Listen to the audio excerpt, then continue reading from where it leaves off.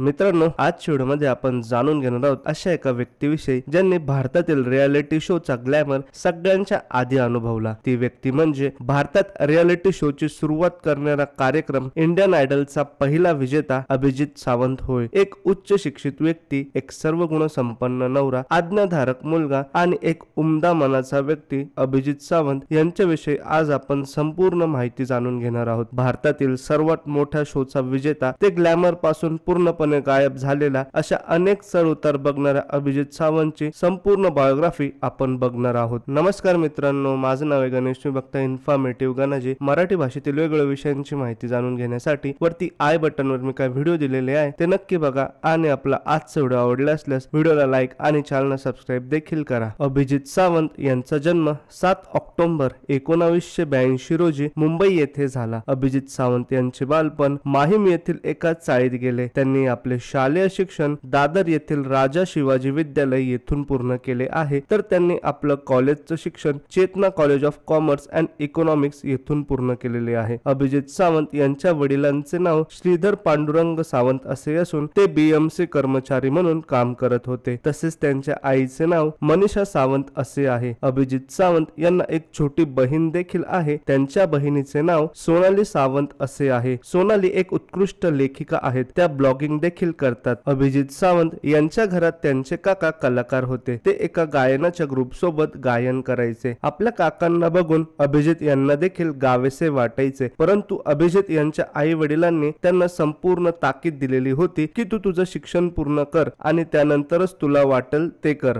गायनावर उपजीविका करणे कठीण आहे, त्यामुळे तू आधी आपले शिक्षण पूर्ण कर आणि मग सर्व गोष्टी कर असे त्यांचे आई वडील सांगायचे आणि आई वडिलांचा सल्ला त्यांनी मान्य केला। अभिजीत ज्यावेळेस कॉलेजला होते त्यावेळेस कॉलेजच्या वेगवेगळ्या इव्हेंट मध्ये ते नेहमीच आपल्या गायनाची हौस पूर्ण करीत असे। कॉलेजमध्ये असताना गायनाकडे त्यांचा कल अधिक प्रमाणात वाढला। अभिजीत यांचं ग्रॅज्युएशन पूर्ण झालं आणि एक बातमी आली। ती बातमी म्हणजे भारतात एक नवीन कार्यक्रम चालू होत आहे, त्या कार्यक्रमात गायन करायचे आहे। तसेच त्या कार्यक्रमातील विजेत्याला एक सोन्याचा माईक आणि जगप्रसिद्ध असणारी सोनी म्युझिक कंपनी सोबत एक स्वतःचा अल्बम तयार करण्याची सुवर्ण संधी भेटणार आहे आणि त्या कार्यक्रमाचे नाव आहे इंडियन आयडल। ही बातमी अभिजीत यांनी वाचली आणि त्यांनी घरी सांगितले आणि त्यानंतर ते इंडियन आयडलच्या ऑडिशनला गेले। अभिजीत सावंत यांचा आवाज भारतातील लोकांना आवडू लागला, विशेष करून तरुणींमध्ये त्यांची फार क्रेज होती। बघता बघता अभिजीत सावंत इंडियन आयडलच्या कार्यक्रमामध्ये पुढे पुढे सरकत होते आणि शेवटी अभिजीत सावंत इंडियन आयडल या कार्यक्रमाचे विजेते ठरले। सर्वसामान्य घरातील व्यक्ती, भारतातील सर्वात मोठ्या रियालिटी शोचा विजेता, एका रात्रीत अभिजीत सावंत यांचं संपूर्ण आयुष्यच बदललं। एका रात्रीत अभिजीत सावंत संपूर्ण भारतात प्रसिद्ध झाले। इंडियन आयडल जिंकल्यानंतर सोनी म्युझिक कंपनीच्या करारानुसार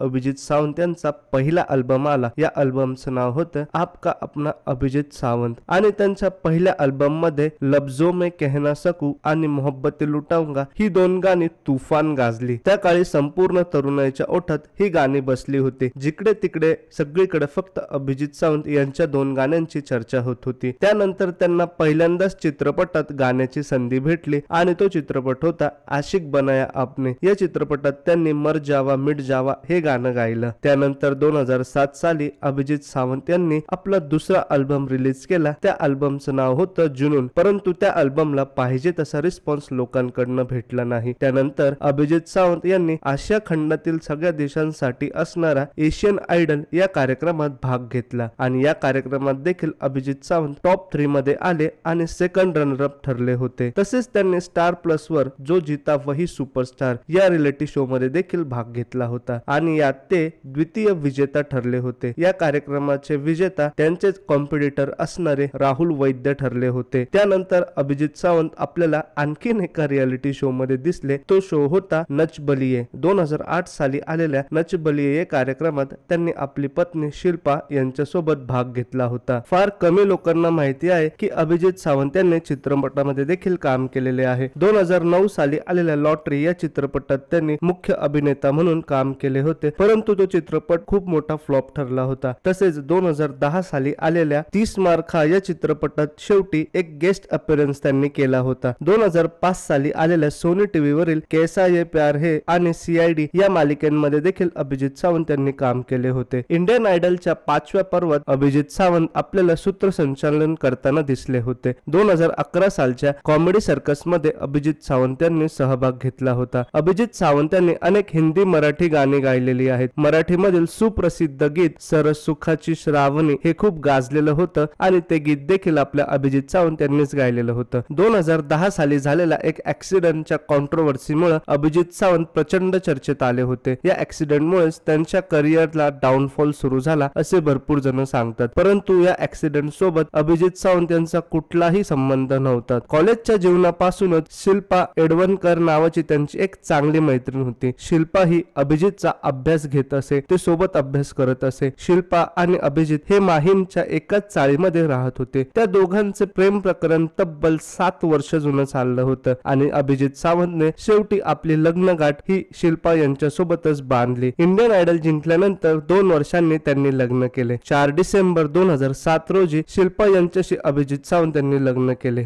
अभिजित आणि शिल्पा यांना आहाना आणि स्मिरा नावाच्या 2 मुली आहेत. अभिजित सावंत यांची पत्नी शिल्पा या एक उद्योजिका म्हणून काम करतात. शिल्पा यांची स्वतःच्या मालकीची आस्मी नावाची बेकरी आहे. या बेकरीमध्ये ते केकचा सप्लाय करतात. त्यांचा तसेच त्याच नावाने एक इंस्टाग्राम पेज देखील आहे. त्यावर आपल्याला शिल्पा यांनी बनवलेले संपूर्ण वेगवेगळ्या प्रकारचे केक बघायला मिळतील. अभिजित सावंत हे 2024 मध्ये तुफान चर्चेत आले आहे, ते म्हणजे बिग बॉस मराठीच्या 5व्या सीझनमुळे. अभिजित सावंत यांनी बिग बॉसच्या घरामध्ये प्रवेश केला तेव्हाच भरपूर जणांचे डोळे उठले होते की बापरे, इतक्या वर्षांनंतर अभिजित सावंत कस काय एका रियालिटी शो मध्ये आले. कारण की खूप रियालिटी शो केल्यानंतर अभिजित सावंतने रियालिटी शो करणार नाही असे मीडियामध्येच सांगितले होते आणि अचानक इतक्या वर्षांनंतर अभिजित सावंत रियालिटी शो मध्ये दिसल्यामुळे भरपूर लोकांच्या भुवया उंचवल्या होत्या आणि एक्साइटमेंट वाढली होती. अभिजित सावंत